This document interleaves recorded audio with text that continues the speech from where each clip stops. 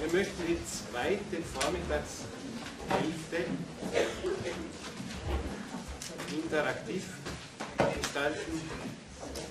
Es sind einige Fragen auf Zetteln hier eingegangen und es ist Raum, weitere Fragen einzubringen zu diesem ersten Teil, zu dem Schnittfeld oder auch anderen Fragen, die sich zum Beispiel im Rahmen der Bearbeitung der Seminarthemen ergeben. Da habe ich jetzt in den Pausengesprächen gehört, dass manches Neuland auch beschritten wird oder manche Themen noch nicht klar strukturiert oder konturiert sind. Und das ist ebenfalls eine Möglichkeit, da den ein oder anderen Aspekt zur Diskussion zu stellen, um ein bisschen mehr Klarheit zu kriegen in der Formulierung des eigenen Themas. Jetzt denke ich vielleicht zunächst zu zwei, drei kann ich mit diesen Fragen anfangen? Bitte, gern. Schön.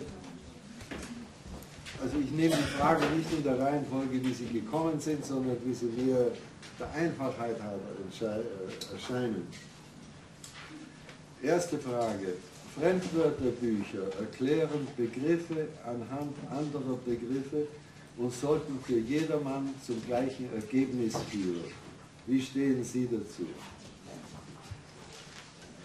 Fremdwörterbücher verstehe ich als zweisprachige Wörterbücher, nicht? Wo auf der einen Seite das Englische ist und dann das Deutsche und umgekehrt das Deutsche und dann das Englische. Fremdwörterbücher sind im Grunde ein enormer Schwindel. Sie sind nötig, um eine ungefähre Verständigung zu erlauben, aber es gibt, ich möchte sagen, außer rein technischen Wörtern, und unter technischen Wörtern möchte ich die verstehen, die im Laufe der Konstruktion von Maschinen und von technischen Zusammenhängen geformt worden sind, wo das Wort also in der Maschine eine ganz bestimmte Beziehung hat. Die sind oft in vielen Sprachen gleich, weil die Maschinen gleich sind. Manchmal sind es überhaupt dieselben Maschinen. Dasselbe Auto, dasselbe Opel, der hier gefahren wird, wird in den Vereinigten Staaten gefahren und wahrscheinlich auch im Orient. Und die Teile, viele der Teile, aus denen der besteht, sind völlig einfach zu definieren, indem man ihn einfach herausnimmt und zerlegt und zeigt. Aber das ist ein sehr geringer Prozentsatz des Wortschatzes, der in zweisprachigen Wörterbüchern entsteht. Bei den anderen möchte ich sagen, dass mindestens 80% nicht gleich sind. Das englische Wort ist nicht gleich wie das deutsche und das italienische ist wieder anders. Anders, aber in dem Sinn, dass trotz des Unterschiedes in vielen Situationen man es verwenden kann, weil der Unterschied da keine Rolle spielt. Aber wenn man die Bedeutung des Wortes in der jeweiligen Sprache genauer untersucht, dann kommt man drauf, dass da ganz erhebliche begriffliche Unterschiede vorhanden sind. Ich lebe in den Vereinigten Staaten und habe, wie ich hinübergekommen bin, vor vielen, vielen Jahren, lernen müssen zum Beispiel, dass der Begriff der Freiheit, gleich ob Sie das auf Englisch Liberty oder Freedom nennen, der ist anders als der Begriff im Deutschen zum Beispiel. Freedom, Personal Freedom, heißt für die meisten Amerikaner, dass sie einen Revolver in der Tasche haben können und dass sie zum Beispiel mit den Bäumen auf ihrem Land machen können, was sie wollen, dass sie da sprengen dürfen und dass ihr Verhalten in gewissen Situationen, besonders in Bezug auf Eigentum, unbegrenzt ist. Ich glaube, in Europa gibt es niemand, der sich unter Freiheit eine totale Freiheit von Grenzen, von Schranken vorstellt. Ich glaube, das gibt es nicht. Wenn man sagt Freiheit, dann nimmt man zum Beispiel es nicht als Beschränkung der Freiheit, wenn ein Polizist Sie nach einem Ausweis fragt. In Amerika ist das eine ernste Beeinträchtigung der persönlichen Freiheit. Schön. Nehmen Sie Sachen wie, auf Deutsch gibt es einen Ausdruck, den ich sogar verwendet habe, mehrere Male, isolieren. Auf Englisch finden Sie in einem guten Wörterbuch, auf der anderen Seite für isolieren, finden Sie to isolate and to insulate. Und das sind zwei verschiedene Begriffe, die aber in vielen Situationen so sind, dass der Unterschied keine Rolle spielt, also verwendbar sind. Aber begrifflich, wenn Sie sie genau analysieren, ist da ein Unterschied, ob man etwas von der Außenwelt absetzt, von außen her, oder ob etwas von innen her sich von der Außenwelt absetzt. Das scheint ein sehr subtiler Unterschied zu sein, aber in der begrifflichen Vorstellung ist das ein ganz erheblicher. Wenn man sagt, England hat sich von Europa isoliert, dann meint man, dass da etwas in England ist, was sich von Europa abgesetzt hat. Ich sage, England was isolated by Europe, dann heißt das, es wurde von Europa isoliert. Ein elektrischer Draht ist ein insulated wire, nicht ein isolated wire. Isolated wire wäre ein isolierter Draht in dem Sinn, dass er von allen anderen Drähten abgesetzt ist. Das sind Dinge, die zum Teil sehr subtil sind und in der Umgangssprache wenig Wirkung und Bedeutung haben, aber die manchmal doch eine ganz gehörige Rolle spielen. Ich hatte, als ich angefangen hatte, ich ein Beispiel im Kopf, das habe ich jetzt vergessen. Schön. Aber ich nehme an, dass Sie verstehen, wo ich hinaus will.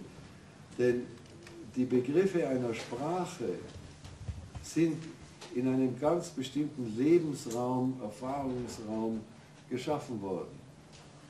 Dieser Erfahrungsraum ist in verschiedenen Ländern zum Beispiel nicht genau der gleiche. Obwohl da sehr viele Überschneidungen sind, gibt es auch Unterschiede. Die Linguisten haben ja von Anfang an ein Beispiel gegeben, zum Beispiel, dass die jetzt wollte ich wieder sagen, die Eskimos. Der Professor Hug hat mich vor Jahren darauf hingewiesen, dass die Eskimos anscheinend im Deutschen ein herabsetzender Begriff für die Inuits ist. Ich habe jetzt jahrelang herumgefragt in den Vereinigten Staaten und auch in Kanada bei den Eskimos, bei den Inuits. Das ist nicht der Fall, dass das allgemein als Herabsetzung betrachtet wird. Schön. Wie immer, die Inuits, also die Eskimos, haben immer schon mehrere Begriffe für Schnee gehabt. Und die Linguisten haben das als Beispiel genommen und sehr vernünftig gesagt, ja natürlich, die haben das, weil sie im Schnee leben. Und darum ist es wichtig, dem anderen, mit dem ich auf die Jagd gehe, zum Beispiel schnell und bündig zurufen zu können, dass pass auf, dort kommst du in den Buchhasch. Nicht? Hier trägt der Schnee noch, dort ist der Buchhasch. Die Linguisten haben nie einen Skifahrer gekannt, offensichtlich. Denn Skifahrer haben auch bei uns auf Deutsch und auf Italienisch mindestens 5 oder 6 verschiedene Wörter für Schnee. Aber wer zum Beispiel in Wien aufgewachsen ist und nie aus der Stadt gekommen ist, der kennt vielleicht sogar diese Wörter, aber wenn er dann rauskommt, er sieht sie nicht. derjenige, der Ski gefahren ist oder Iglus gebaut hat, der fängt an, in der Wahrnehmung die Unterscheidungen zu machen. Was nicht immer möglich ist, aber oft doch möglich ist. Man kann sehen, was für Schnee da ist, nicht? Ob das Pulverschnee oder Harscht ist. Nicht? Und das ist ein sehr wichtiger Punkt, den die ersten Linguisten sicher nicht in Betracht gezogen haben, nämlich, dass der Wortschatz, den sie verwenden, den sie haben, auf ihre Wahrnehmung einen Einfluss hat. Dass wenn sie mal die Wörter haben und die Bedeutungen der Wörter, dann sehen sie die Welt anders. Und in diesem Sinn sind die semantischen Unterschiede zwischen Sprachen enorm wichtig. Weil bewusst oder unbewusst wird die Welt anders gesehen. Das ist zumindest ein Anfang meiner Stellung gegenüber der Fremdwörterkrise. Wie könnte man im radikalen Konstruktivismus Kommunikation definieren? Wie kann man sich trotz unterschiedlicher Lebenswelten verstehen? Schön, was heißt verstehen vom konstruktivistischen Standpunkt aus? Verstehen heißt, wenn in einer Konversation, und ich betone, dass es sich um eine Konversation handelt, ich etwas sage und mein Gesprächspartner in keiner Weise durch das, was er daraufhin sagt oder daraufhin tut, in mir den Verdacht erweckt, er hätte nicht verstanden, was ich wollte. Das heißt, er hätte die Begriffe in seiner Welt nicht so aufgebaut, dass sie mit meinen kompatibel sind, vereinbar. In einer Konversation kommt man oft nach 3, 4 Sprüngen darauf, dass etwas, was man vorher gesagt hat, offensichtlich in dem anderen eine Begriffsverbindung hervorgerufen hat, die mit denen, die ich jetzt brauche, nicht vereinbar ist. Dann hat er missverstanden. Aber es geht da immer nicht um Gleichheit der Begriffe, sondern um die Kompatibilität, die Vereinbarkeit der Begriffe in der Situation, in der man sie im Augenblick verwendet. Erst wenn man ein Anzeichen hat, dass da etwas nicht klappt, dass der andere oder die andere sich etwas aufgebaut hat, was in dem Situationsbereich, in dem wir jetzt arbeiten, nicht mehr viabel ist, dann sage ich, da ist etwas passiert, man hat mich missverstanden. Ich habe gesagt, das ist in der Konversation. In einer Situation wie dieser hier habe ich keine Ahnung, ob Sie etwas von dem, was ich sage, verstehen oder nicht. Manchmal sieht man am Gesicht von jemandem, dass er nicht damit fertig wird, in dem Sinn, dass er sich da nichts aufbauen kann, was für ihn sinnvoll ist oder für sie, aber da kann man nicht viel machen. Nicht? Da möchte man dann fragen, ja Moment, woran denken Sie jetzt? Wie stellen Sie sich das vor? Nicht? Aber das geht dann meistens nicht. Deswegen sind Vorlesungen vom konstruktivistischen Standpunkt aus eigentlich unmöglich.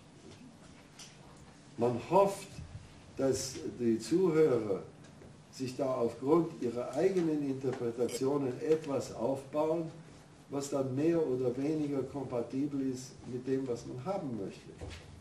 Aber die Chancen sind sehr gering.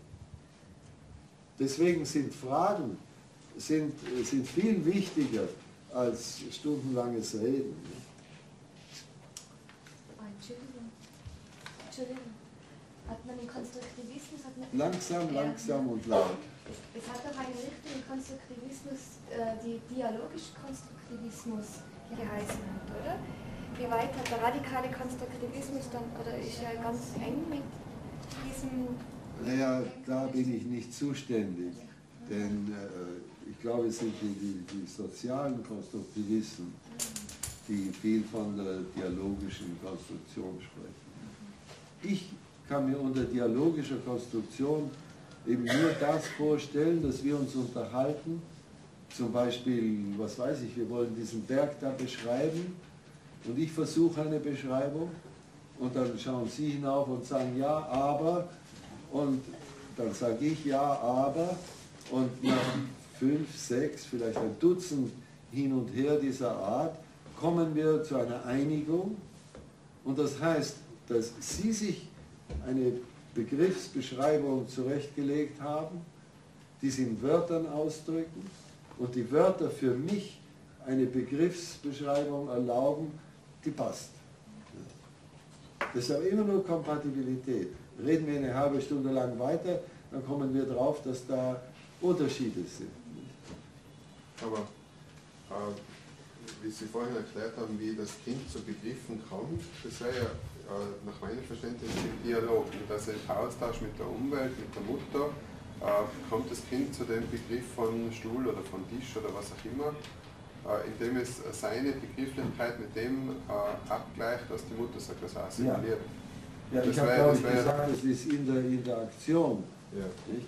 Und Interaktion ist mir lieber als Dialog, denn besonders beim Kind ist es ja sehr oft der Fall, dass ein Kind sich für ein Wort, einen Begriff zurechtgelegt hat und dann versucht, dieses Wort in einer Äußerung zu verwenden, wenn es etwas haben will, zum Beispiel.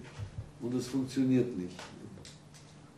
Da lernt das Kind etwas an dem Begriff zu ändern, ohne dass ihm gesagt wird. Es findet selbst heraus, dass das nicht so funktioniert. Und dann ändert es etwas. Das kann dann schlechter werden oder besser werden. Aber mit der Zeit kommt das Kind darauf, das einzuschränken. Die Bedeutungen, die Kinder im Alter des Spracherwerbs, sagen wir zwischen einem und 3 Jahren, für Wörter aufbauen, die sind ja fast immer entweder zu eng oder zu weit. Der Begriff, den das Kind hat, was weiß ich, eines der ersten Dinge, mit denen das Kind vertraut wird in einer gewissen Weise, ist Milch oder Tasse. Und wenn man das genau untersieht, dann findet man, dass für das Kind, das Milch sagt, das heißt nicht nur Milch als Flüssigkeit in einer Flasche oder bei der Kuh und so weiter, sondern das ist die Milch im Glas, die warm ist und die man trinkt. Die kalte Milch im Kühlschrank ist noch keine Milch. Das heißt, der Begriff war zu eng gefasst. In anderen Situationen ist der Begriff viel zu weit. Da gehört zum Tisch zum Beispiel, gehören die Gläser dazu. Und das erscheint dem Erwachsenen oft unsinnig. Aber vom Standpunkt des Kindes aus besteht ja überhaupt kein Grund, weswegen es wissen könnte, dass die Beine zum Tisch gehören, aber die Flasche und die Gläser nicht. Das muss es erst dadurch lernen, dass es entweder sieht, wie man das Glas wegnimmt und dann immer noch Tisch sagt, oder es muss erklärt werden, dass die Dinge auf dem Tisch gehören nicht zu dem Tisch. Das ist aber schon sehr kompliziert. Ich hätte eine Frage. Wie kommt ein Kind zu einem Begriff, den man ihm in diesem Zusammenhang nie erwähnt hat? Zum Beispiel mein Sohn hat zu seinem Nabel immer Mulli gesagt, obwohl keiner der Erwachsenen den Nabel jemals als Mulli bezeichnet. Wie passiert das? Ja, wie das Kind das Wort schafft, weiß ich nicht. Das kann ein Zufall sein, irgendeine Assoziation, der man meistens nicht beiwohnt. Nicht? Das ist ja der Witz.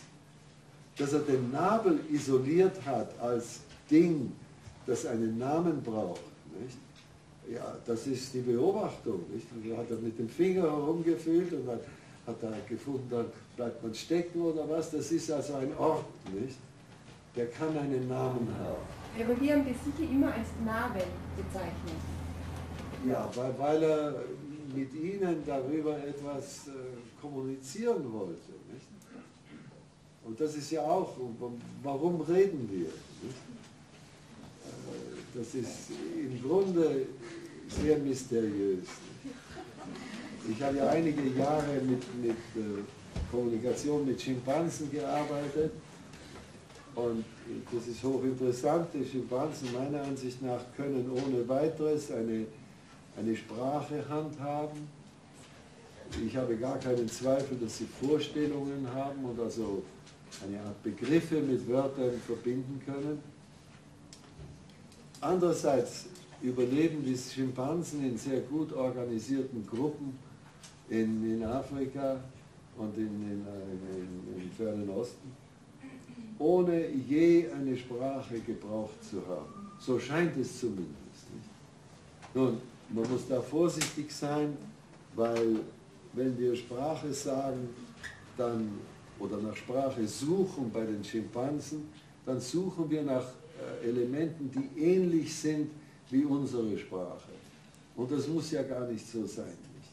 Die Schimpansen können eine Sprache zum Beispiel aus Bewegungen haben, die so subtil ist, dass wir die Bewegungen gar nicht sehen. Nicht? Es scheint unwahrscheinlich, dass sie eine wirkliche Sprache haben. Sie haben ein sehr gutes Signalsystem, das völlig für die Organisationen, die sie brauchen, hinreichend ist. Und wenn sie am Nachmittag nach Hause kommen, setzen sie sich hin und fangen an, sich zu groomen, nicht? Das Fell so zu kratzen und zu putzen. Nicht? Und ich habe das Gefühl, dass das für die Schimpansen ein völliger Ersatz für das ist, was wir Sprache nennen. Nicht?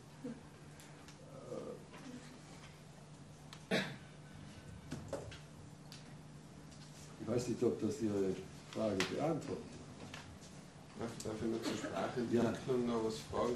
Also, weil ich würde unterscheiden, also ich wollte fragen, ob Sie einen Unterschied machen zwischen Sprachentwicklung, also wo das Kind beginnt, Sprache zu verwenden oder Sprache zu verstehen. Nein, ich mache da sicher, wenn man über das Verstehen, das Interpretieren und das Produzieren von Sprache spricht, ist da ein großer Unterschied. Aber beides gehört für mich zur Sprachentwicklung. Denn die Differenzierung der Wörter ist eine Sache, nicht? Lange bevor die Bedeutungen differenziert werden müssen. Aber beides zusammen ist nötig, um zu sagen, das Kind hat Sprache. Und dann, das ist rein individuell, aber ich verlange von Sprache, dass man zum Beispiel über Dinge reden kann, die nicht vorhanden sind, dass man Sprache mit Vorstellungen verbindet, die man spontan hervorrufen kann, was beim Signalisieren nicht der Fall ist. Beim Signalisieren beziehen Sie sich auf Dinge, die im Blickfeld sind, oder auf Bewegungen und Handlungen, die ausgeführt werden.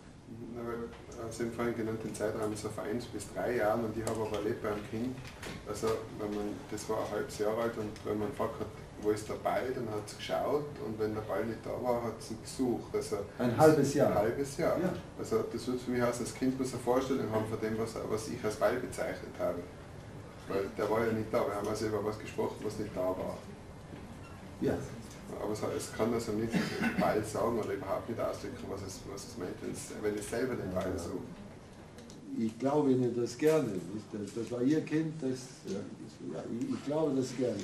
Aber es ist sehr schwer, da sagen wir experimentell nachzuweisen, dass das Kind tatsächlich eine Vorstellung hat. Ja, das wäre meine Behauptung. Denn worauf Sie sich gründen, ist gewissermaßen das Staunen, dass der Ball jetzt nicht da ist. Ja, wenn der Ball da war, dann hat es den Ball geholt. Ja, das glaube ich. Und ich würde fragen, weil das wird so immer verquickt mit der Nachweisbarkeit. Man kann also manche Dinge bei ganz kleinen Kindern einfach nicht nachweisen. Und weil es nicht nachweisbar ist, nimmt man an, das ist nicht vorhanden. Und ich würde behaupten, dass es ganz von Anfang an schon sehr viel vorhanden ist in einem Kind, was es versteht, was es ausdrücken kann, aber nicht sprachlich, vielleicht so wie Schimpansen. Man verzeiht mir vielleicht diese Gleichsetzung. Nein, da haben Sie, glaube ich, völlig recht. Nicht?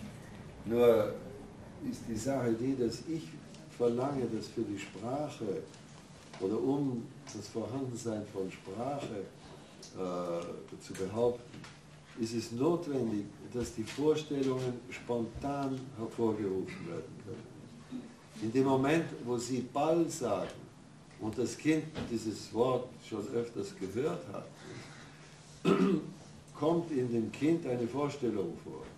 Wie gut diese Vorstellung ist, wie gut sie mit ihrer zusammenpasst, ist eine ganz andere Frage. Aber das ist gar nicht gern. Ich bitte um Wiederholung der Beschreibung des Begriffes Wissen. Mehr oder weniger wahrheitsgetreue Repräsentation.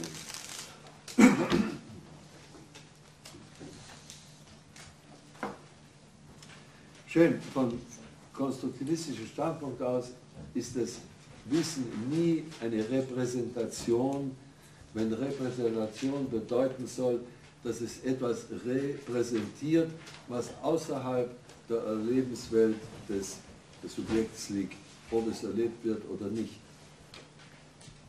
Das Wissen, die einfachste Definition, ist für mich das Repertoire der viablen Begriffe und der viablen Handlungsweisen. Und auf der anderen Seite das der Handlungsweisen, die nicht funktionieren.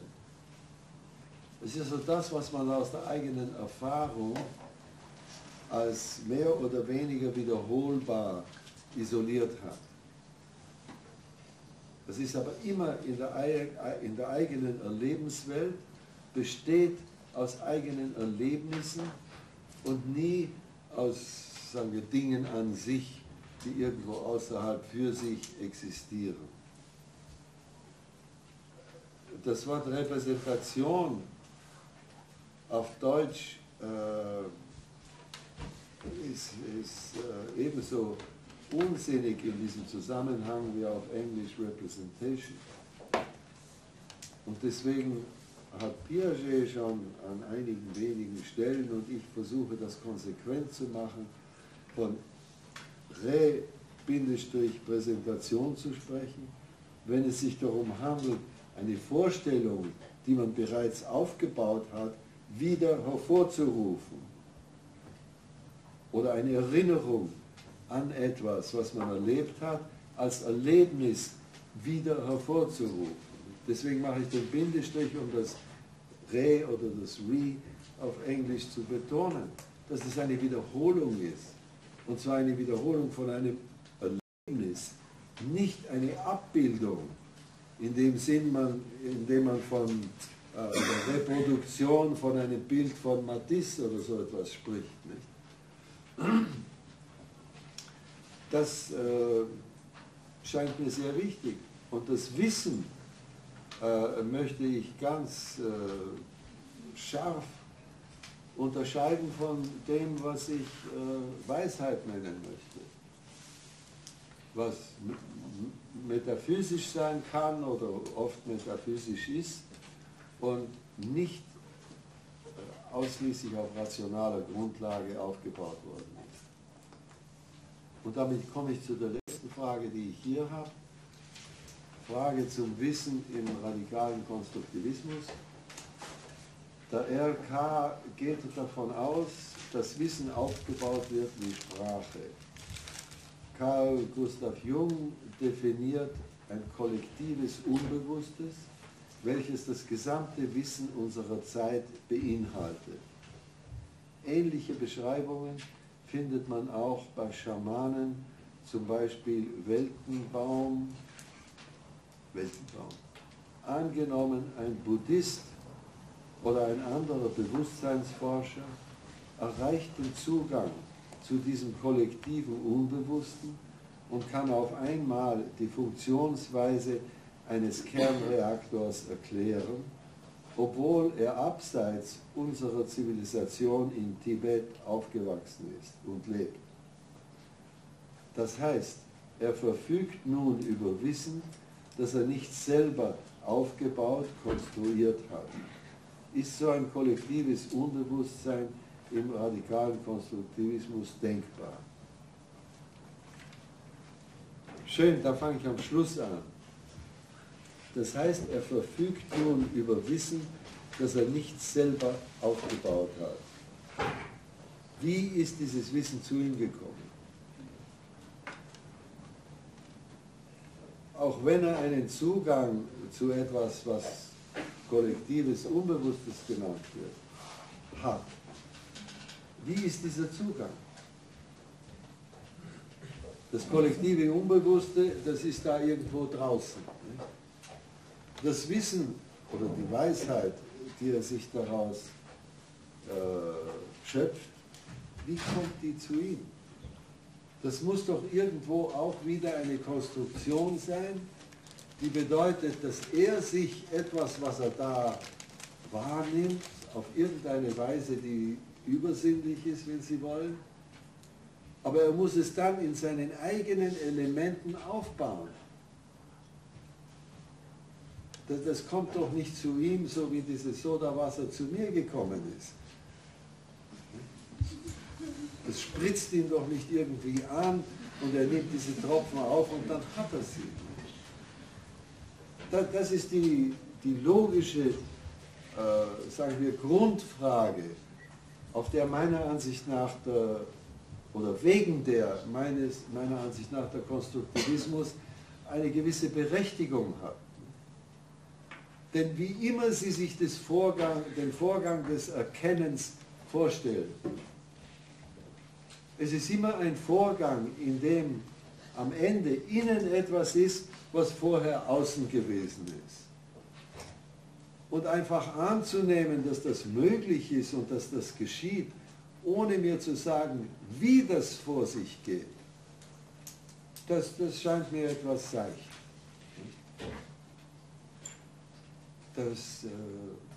Schön, da ist man in der Metaphysik und sagt, das glaube ich. Schön, dagegen ist nichts einzuwenden. Aber darüber kann man nicht eben in der rationalen Weise reden, sodass man die einzelnen Teile wiederholen und zusammensetzen kann und dann versteht, wie es funktionieren könnte. Also, mir fällt hier ein Beispiel mit der Taschenuhr ein, wo man auch nicht weiß, wenn man sie nicht aufmachen kann. Das ist Einsteins Beispiel. Oder Einsteins Beispiel, das in Ihrem Auftrag habe ich das gelesen. Und das ist eine sehr schöne Metapher. Nicht? Ich weiß nicht, ob alle die kennen. Nicht? Einstein hat das geschrieben, dass der Wissenschaftler ist eigentlich wie ein Mann, ein Uhrmacher, dem man eine Uhr zeigt, die ist irgendwie andersartig als die er kennt, die er aber nicht aufmachen kann. Dieser Uhrmacher wird sich sofort in seinen Gedanken ein Modell bauen, was innerhalb dieser Uhr vorgeht, damit die 3 oder 4 Zeiger da so funktionieren, wie sie funktionieren. Er hat aber keine Möglichkeit zu schauen, ob dieses Modell tatsächlich so ist, wie die Vorgänge in der Uhr. Er baut das Modell nur darauf auf den Einzelheiten, die er beobachten kann. Also auf seinen Erlebnissen der Uhr. Und das ist eine sehr schöne Metapher für die Erkenntnis. Deswegen ist Erkenntnis auf Deutsch ist ja ein verheerendes Wort. Weil es vorhersetzt, dass man etwas erkennt, was schon da ist. Und das ist völlig unkonstruktivistisch. Es handelt sich darum, etwas aufzubauen, das so ist, wie es den Beobachtungen, die man macht, oder nach den Beobachtungen, die man macht, funktionieren könnte. Das bleibt immer hypothetisch, auch wenn es noch so gut funktioniert und sich anwenden lässt, es bleibt immer hypothetisch. Piaget hat das einmal sehr schön gesagt, er hat gesagt, das Schlimme ist, dass die Leute glauben, wenn ein Modell sehr gut funktioniert, dann muss es wirklich die Realität sein. Das ist aber nicht der Fall. Nun, das kollektive Unbewusste, ja, was soll ich damit anfangen als Konstruktivist? Unter kollektivem Unbewusstsein kann ich mir nur die die Summe aller Bewusstseinsvorstellungen, aller individuellen Bewusstseinsvorstellungen, kann ich mir nur die Summe aller individuellen Bewusstseine vorstellen, aber jedes einzelne von denen ist mir unzugänglich. Dieses kollektive Unbewusste soll irgendwie, so wie, ja, ich will den Karl Georg Jung um Gottes Willen nicht herabsetzen, er war ein großer Mann, aber das kollektive Unterbewusstsein oder Unbewusstsein scheint mir so wie ein Schaum, der zwischen den Leuten da ist. Es gibt Insekten, die puppen sich so ein in einen Schaum und dann sind sie alle einzeln, aber der Schaum umfasst alle. Und das ist dann das kollektive Unbewusste. Aber da weiß ich immer noch nicht, wie das Einzelne an die Eigenschaften dieses Schaums herankommt. Es sei denn durch seine eigene Erfahrung. Schwierigkeiten. Ja, das sind die Fragen, die mir zugestellt worden sind. Ich denke, es gibt eine Reihe weiterer. Bitte.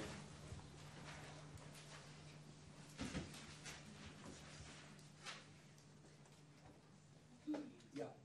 Der radikale Konstruktivismus eröffnet Möglichkeiten.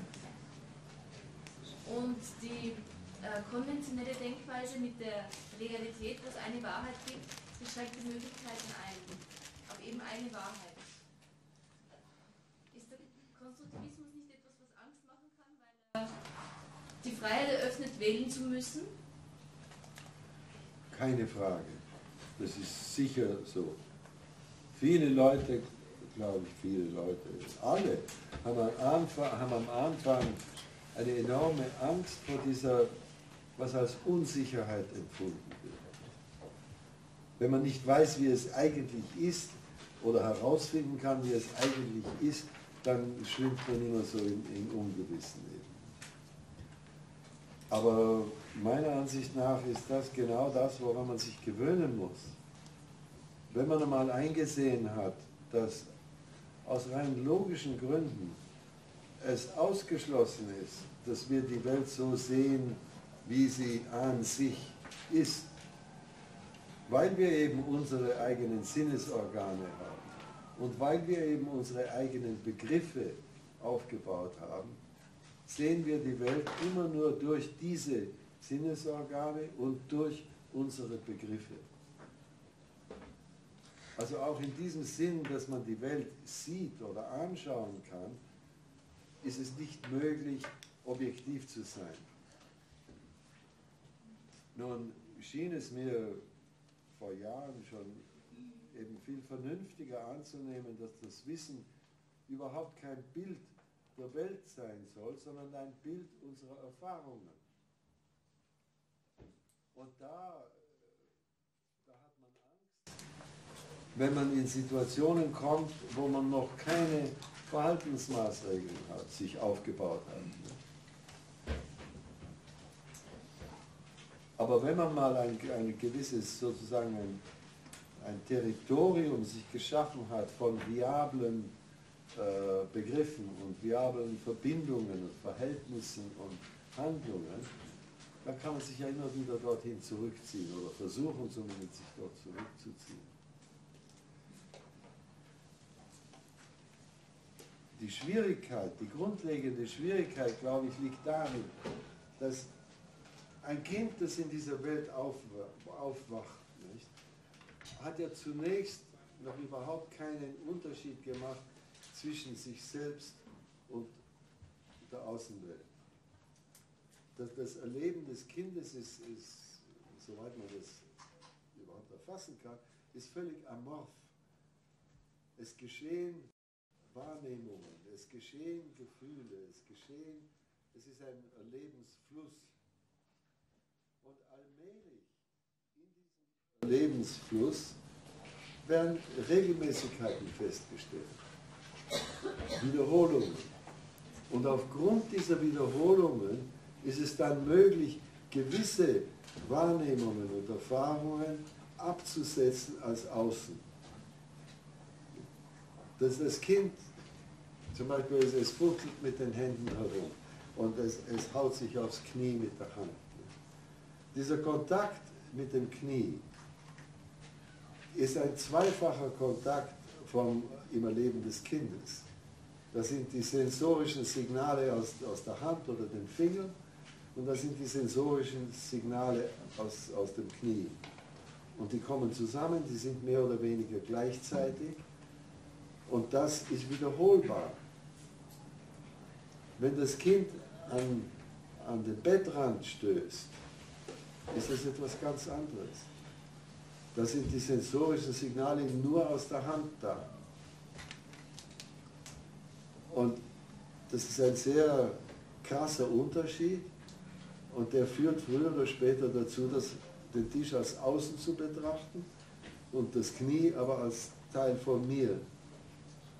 Und ich habe ja öfter schon erwähnt, wenn man Katzen zu Hause hat und die kriegen Junge, da gibt es einen Moment, ich glaube in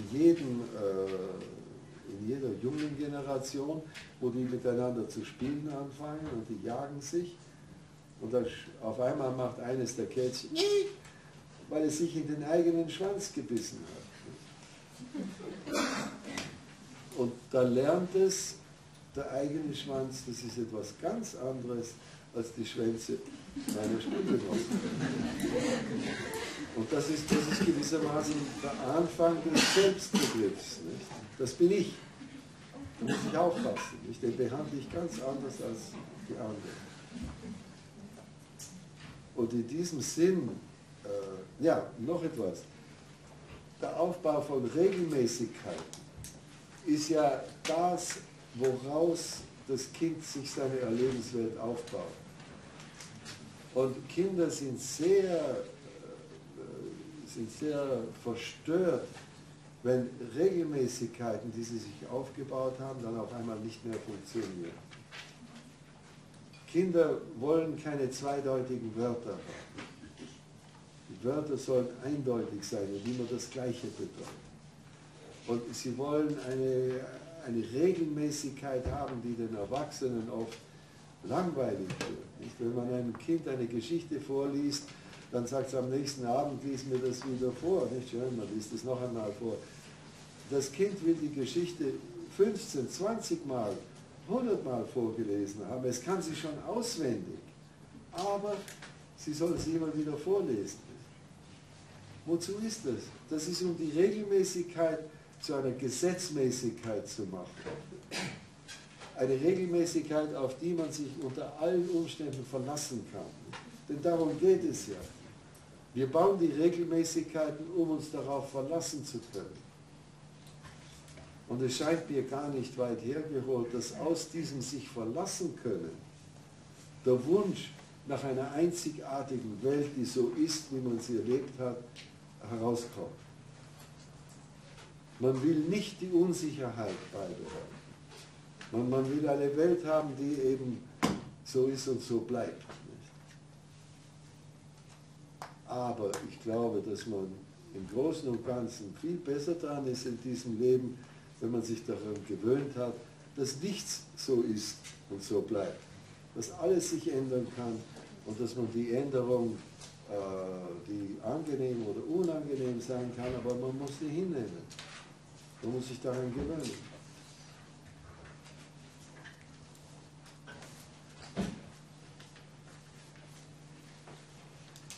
Sie haben vorhin also die Möglichkeit erwähnt. Die Möglichkeit haben Sie erwähnt. Ja. Und als Gegensatz zur Möglichkeit die Realität genannt, wenn ich das richtig verstanden habe. Möglichkeit und Realität. Ja, im Moment habe ich die Verbindung verloren. Aber Sie haben davon gesprochen, also dass Möglichkeiten, das schließt das Unsichere ein und wir konstruieren uns Sicherheiten und die Realität, wenn Sie von Realität sprechen und sinnvoll davon reden wollen, ist also die ontologische Welt, nicht? Bevor sie da sind überhaupt, dann stellt man sich doch meistens vor, das sollte eine Welt sein, die konstant ist. ewig. Sehr wie die platonischen Ideen, nicht? Die so wie Kristalle da im Weltraum herumhängen und das sind und für immer bleiben. Ja, und Sie haben davon gesprochen, dass die Möglichkeit, die Kategorie der Möglichkeit, die würde also beinhalten, dass man sich die Realität selber konstruieren kann. Oder jeder Mensch sich Ja, der Konstruktivismus setzt das voraus, nicht? Dass ich die Möglichkeit habe, mir innerhalb des Spielraums, den die Ontologie mir zur Verfügung stellt, eine Welt aufzubauen. Aber wir versuchen ja schon seit, ich glaube, das war Michael Stadler, sein Kollege, dessen Namen mir jetzt entschlüpft, eingeführt hat, auf Deutsch den Begriff der Wirklichkeit und der Realität streng zu trennen. Mit Realität nur die ontologische Welt zu bezeichnen, während in Wirklichkeit die Welt ist, in der wir leben, die wir uns selber aufgebaut haben. Und das wäre sehr schön, aber leider in der Literatur werden die beiden Begriffe dauernd ausgetauscht. Na, es ist jetzt in dieser Beantwortung zu dieser Frage eben aufgetaucht, dass in der Möglichkeit eben die Unsicherheit besteht, also dass indem es nicht fix ist. Die Möglichkeit ist zweideutig da. Ne? Da ist die Möglichkeit zunächst einmal, sich überhaupt etwas aufzubauen. Und dann ist die Möglichkeit, dass dieses Aufgebaute zwar wiederholbar ist bis zu einem gewissen Grad und dann aber zusammenbricht. Worauf ich hinaus will, ist Folgendes. Also für mich besteht da jetzt eine Gleichsetzung zwischen Sicherheit und Realität. Also Sicherheit und Realität werden gleichgesetzt in diesem Gegensatz und Möglichkeit und Unsicherheit werden gleichgesetzt. Also wenn ich jetzt Unsicherheit und Sicherheit gegenüber setze, dann würde bei mir drunter stehen, Möglichkeit und Realität stehen sich gegenüber. Ja, ich würde lieber Realität und Sicherheit auf der einen Seite haben und Möglichkeit und Viabilität auf der anderen. Den Begriff der Viabilität, muss ich zugeben, den habe ich noch nicht ganz verstanden. Viabilität? Ja. Ja, schön. Viabilität heißt Gangbarkeit. Gangbar, dann habe ich es richtig verstanden. Das ist, nur wenn man sagt gangbar, dann hat das einen sehr körperlichen Geschmack. Ne? Und Viabilität heißt, dass es unter den Umständen, in denen ich es verwendet habe, erfolgreich war, brauchbar. Und wenn ich da den Gedanken weitergehen möchte, der stammt jetzt nicht von mir, sondern von Herrn Dahmer, der vor einer Woche oder vor 2 Wochen da war, der hat nämlich der Möglichkeit die Unmöglichkeit gegenübergestellt und da hat er dann gesagt, dass Unmöglichkeit fälschlicherweise mit Realität gleichgesetzt wird. Also die Realität ist das, was uns einschränkt. Indem dass es fest ist, indem dass es sicher ist, habe ich keine Möglichkeiten mehr. Also in diesem Gegensatz. Und das versuche ich jetzt zusammenzudenken. Ja, sicher ist. Also so, wie Sie das sagen, sehe ich da keinen großen Widerspruch oder überhaupt keinen Widerspruch. Und das scheint mir sehr passend zu sein. Denn wenn Sie voraussetzen, dass da eine Welt ist, die so ist, wie sie ist, dann ist da Sicherheit in dem Sinn, dass wenn Sie sie kennenlernen können, dann sind Sie sicher, dass es so ist. In der Wirklichkeit, in der wir leben, ist das nie möglich. Das höchste Gut, was Sie haben können, ist, dass Sie Begriffe haben, die viabel sind, in dem Sinn, dass in den Situationen, wo Sie sie verwenden, diese Begriffe das tun, was sie tun sollen. Und dann gibt es noch gewissermaßen eine zweite Stufe der Viabilität. Und die ist die, dass wenn ich Sie beobachte und meine Konstruktion von Ihnen so herausläuft, dass ich mir sagen kann, ja, der verwendet die Begriffe, die ich verwende, und auch für ihn sind sie viabel oder scheinen viabel zu sein. Das gibt meiner Viabilität dann so einen Zusatz. Und darauf beruht dann letzten Endes die Intersubjektivität. Und viele Leute sagen, das ist völlig unsinnig, weil ich ja behaupte, ich habe mir sie konstruiert. Nicht? Sie sind meine Konstruktion. Ja, sie sind meine Konstruktion, aber nicht eine freie Konstruktion. Ich kann sie nicht so konstruieren, wie ich sie haben möchte. Ich konstruiere sie so, wie ich sie konstruieren kann, angesichts der Erfahrungen, die ich mit diesem Gegenstand, den ich sie nenne, mache. Ja, das stimmt ja beides nicht. Einmal gibt es die Konstruktion von mir, die ich mir mache, und auf der Gegenüber steht die Konstruktion, die Sie sich machen. Also beide gelten. Aber von Ihrer Konstruktion kann ich immer nur meine Interpretation haben. Ja, genau. Aber wenn meine Interpretation Ihrer Konstruktion mit der meinen zusammenfällt, dann ist das gewissermaßen eine Bestätigung. Nie hundertprozentig, eben nie sicher, aber doch brauchbar. Und ich kann mich bis zu einem gewissen Grad darauf verlassen, denn nach einer gewissen Zeit, wenn diese intersubjektive Viabilität etwas ausgebaut worden ist, dann können wir uns sehr gut sozusagen auf wie sagt man, Shorthand, auf stenografisch verständigen und zusammenarbeiten. Ja, so wie die Inuit beim Schnee. Wo das eine Wort genau. sagen kann, Achtung, hoch. Genau. Die einzelne individuelle Vorstellung von diesen Schneesorten ist wahrscheinlich bei jedem anders.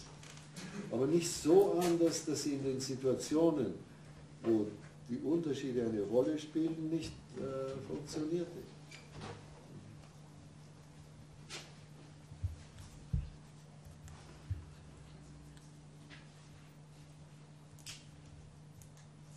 Sie hatten in der Pause noch eine andere Frage. Sie haben vergessen. Haben Sie vergessen. Ich habe es leider auch vergessen.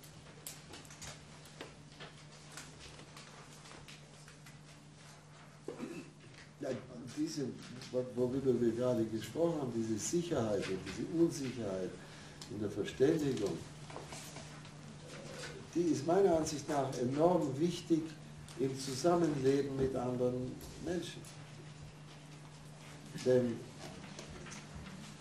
erstens ist es nicht mehr nötig, immer Recht zu haben.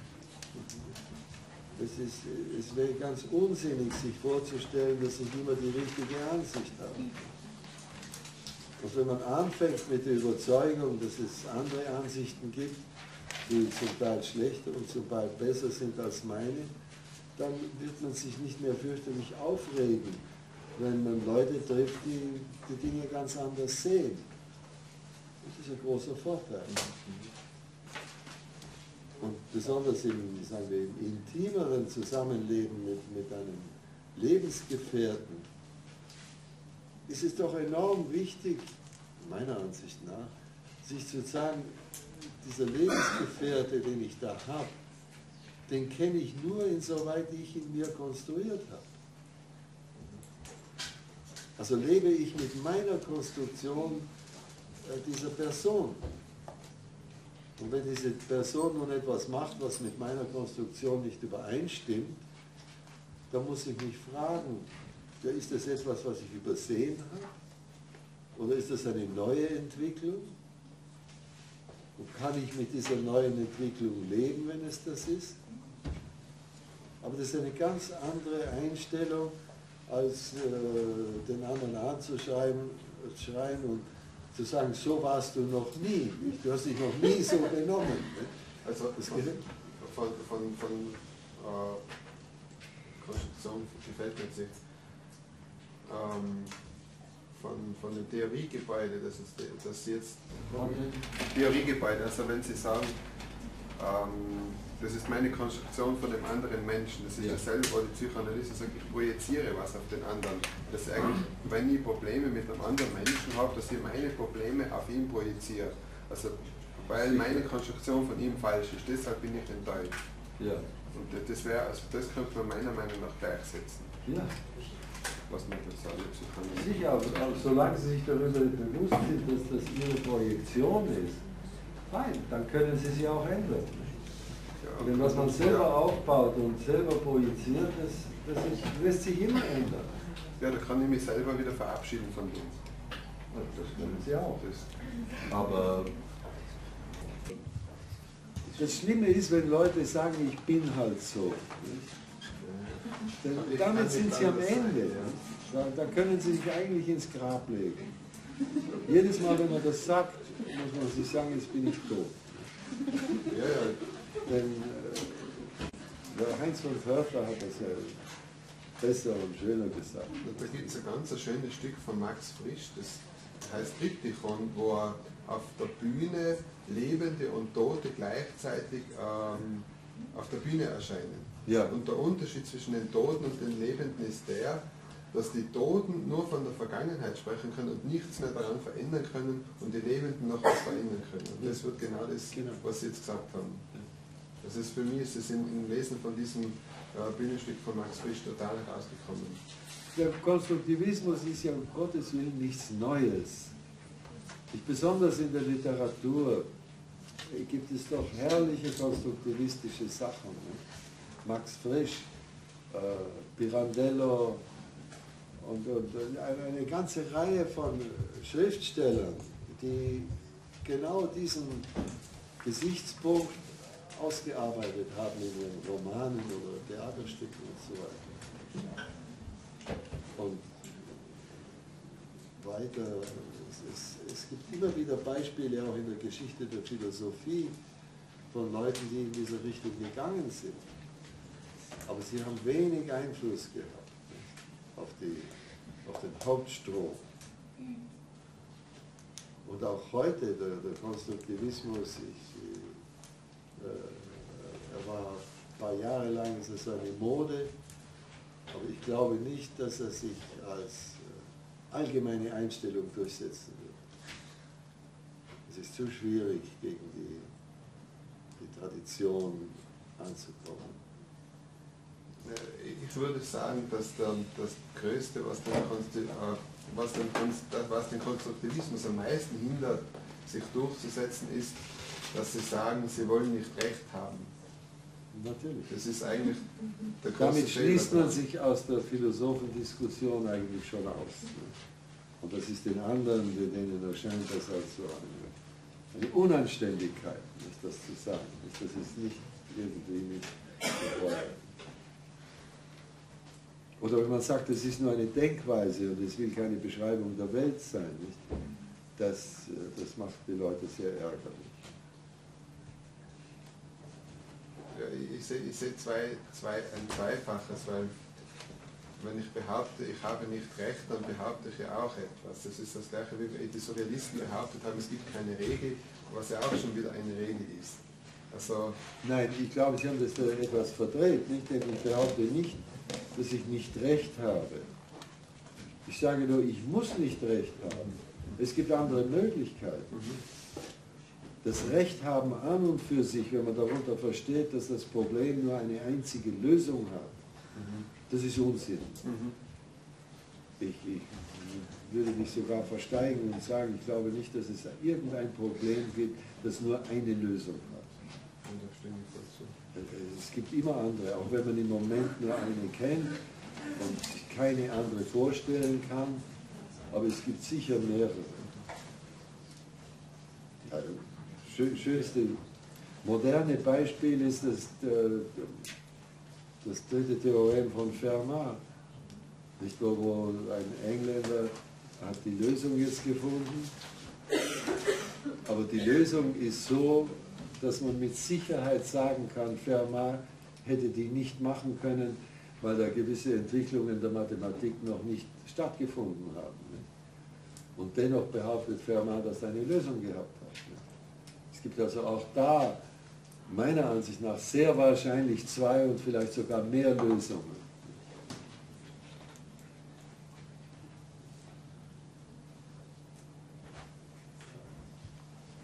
Ich möchte die Teilnehmerinnen noch mal daran erinnern, weitere Fragen auf den Karten zu notieren, sodass über Mittag nur eine Möglichkeit besteht, sie zu sichten. Hier haben wir von dir, Michael, eine Bitte jetzt und dann werden wir langsam in die Mittagspause gehen. Stichwort Mathematik, das bringt mich zur Diskussion, die wir letztes Mal schon hatten, nämlich die Konstruktivismusfeindlichkeit von Schule oder staatlicher Schule, die ja von starker Normierung ausgeht und diese Mehrfach-Sicht von dem, was Lösungen sicherlich zulässt, wenn man ja prüfen muss, was richtig und falsch ist. Da gibt es ja momentan die Tendenz, über diese Mathematiktests weltweit, TIMSS, Third International Mathematics and Science Studies, sehr komplexe und komplizierte Aufgabenstellungen zu konstruieren, um sozusagen zu überprüfen, dass Schülerinnen und Schüler sehr komplexe Aufgabenstellungen zu lösen imstande sind. Was an und für sich eine Paradoxie ist, weil sie ja an und für sich wieder eine Norm vorgibt, die halt unterschiedliche oder andere Lösungsmöglichkeiten zugibt, als einfach nur das simple Modell 2 mal 2 ist 4. Wollte ich Sie fragen, wie sehen Sie diese Bemühungen, auf diesem Weg sozusagen die starre Logik der Schule zu durchbrechen? Weil das ja eigentlich das Denken dieser Konstrukteure ist, solcher Tests. Ja, das ist eine Menge in dem, was Sie gesagt haben. Ne? Zunächst möchte ich sagen, dass die Mathematik oder besonders die Didaktik in der Mathematik vom konstruktivistischen Standpunkt aus, das soll um Gottes Willen nicht heißen, dass sich der Schüler die gesamte Mathematik, wie sie heute ist, selber aufbauen muss. Das wäre ja ebenso, wie wenn man verlangt, dass er sich sein Auto selber konstruiert.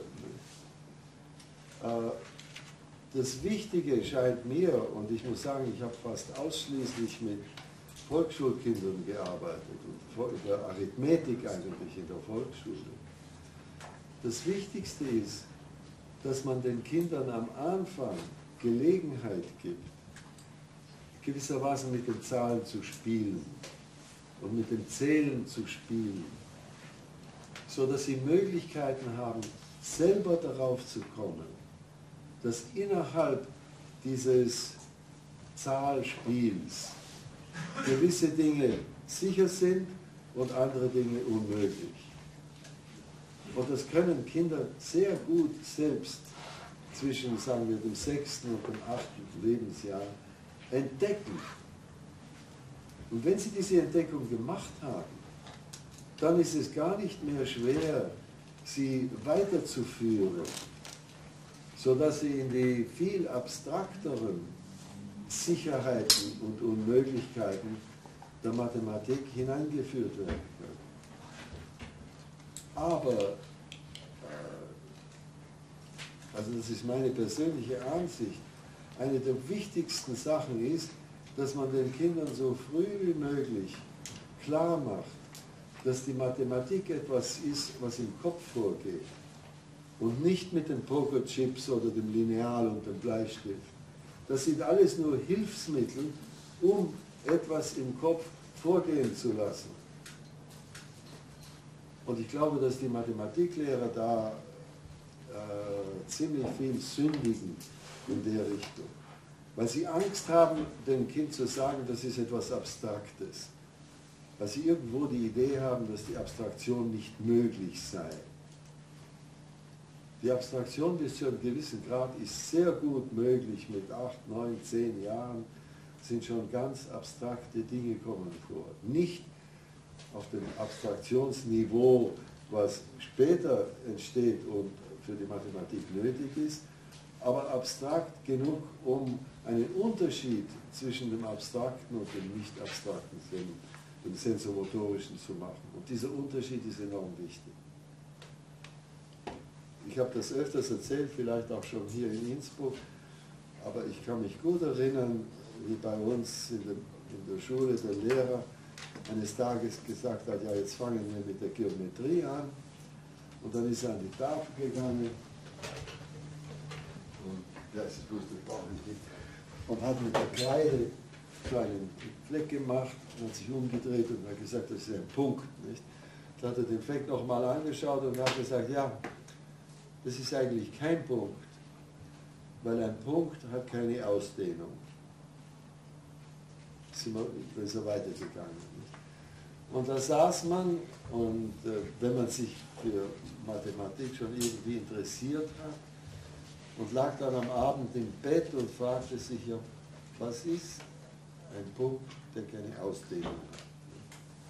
Ist das so wie ein Staubkorn in der Sonne oder es muss noch kleiner sein?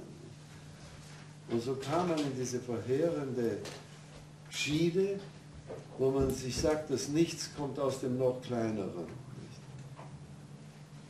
Was ja logisch völlig unsinnig ist. Wenn der Lehrer an dieser Stelle gesagt hätte, dass hier, das ist eine Möglichkeit, eine Gelegenheit, einen Punkt vorzustellen. Aber der Punkt an sich ist nur in eurem Kopf. Die Gerade, von der die Geometrie spricht, der Punkt, die Winkel, von denen sie spricht, das sind alles Dinge, die existieren nur in eurem Kopf.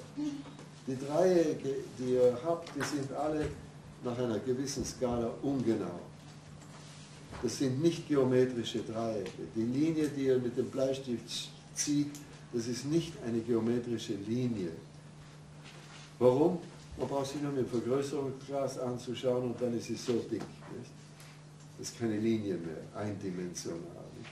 Währenddem die Linie in eurem Kopf, die ihr durch eine Bewegung der Aufmerksamkeit zeichnet, die ist tatsächlich eindimensional und hat keine Breite, die hat überhaupt keine Substanz. Das ist Vorstellung. Und Kinder mit 8, 9, 10 Jahren wissen schon ein bisschen, was eine Vorstellung ist. Und damit wäre, glaube ich, schon sehr viel geholfen. Denn wenn man später dann zur Infinitesimalrechnung kommt und immer da noch mit kleinen Stückchen arbeitet, die immer kleiner werden und immer kleiner und dann auf einmal ins Nichts übergehen, ins unendlich Kleine, vom unendlich Kleinen ins Nichts, das ist begrifflich, ist das ein enormer Ballast, der gar nicht da sein müsste, glaube ich. Ich weiß nicht, inwieweit das Ihre Frage beantwortet. Den ersten Teil, den zweiten, wie weit kann man sowas weltweit abprüfen, dass wir sozusagen die Ideologie weltweit abprüfen und sagen, die Japaner sind die Besten in Mathematik, weil sie offensichtlich anders sind. Ja, die Prüfungen, das ist für jemanden, der konstruktivistisch unterrichten will oder konstruktivistisch das Lernen erfassen will, sind Prüfungen ja eigentlich das Allerärgste. Weil theoretisch gesehen müsste jede Prüfung ein neues Problem bringen.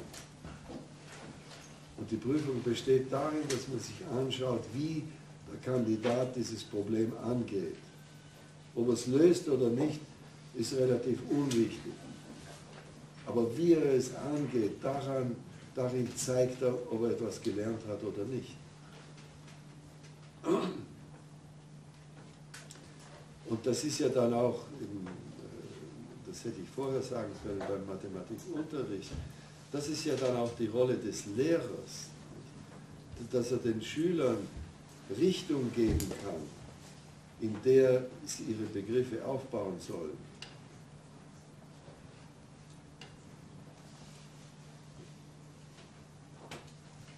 Hatten Sie eine Frage? Nein?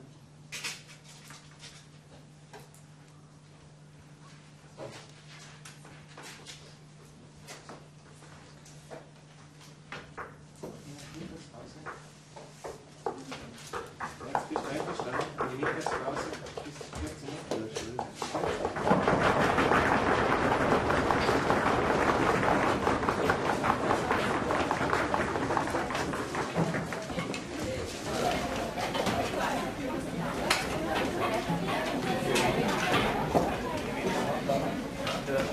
Noch eine Frage?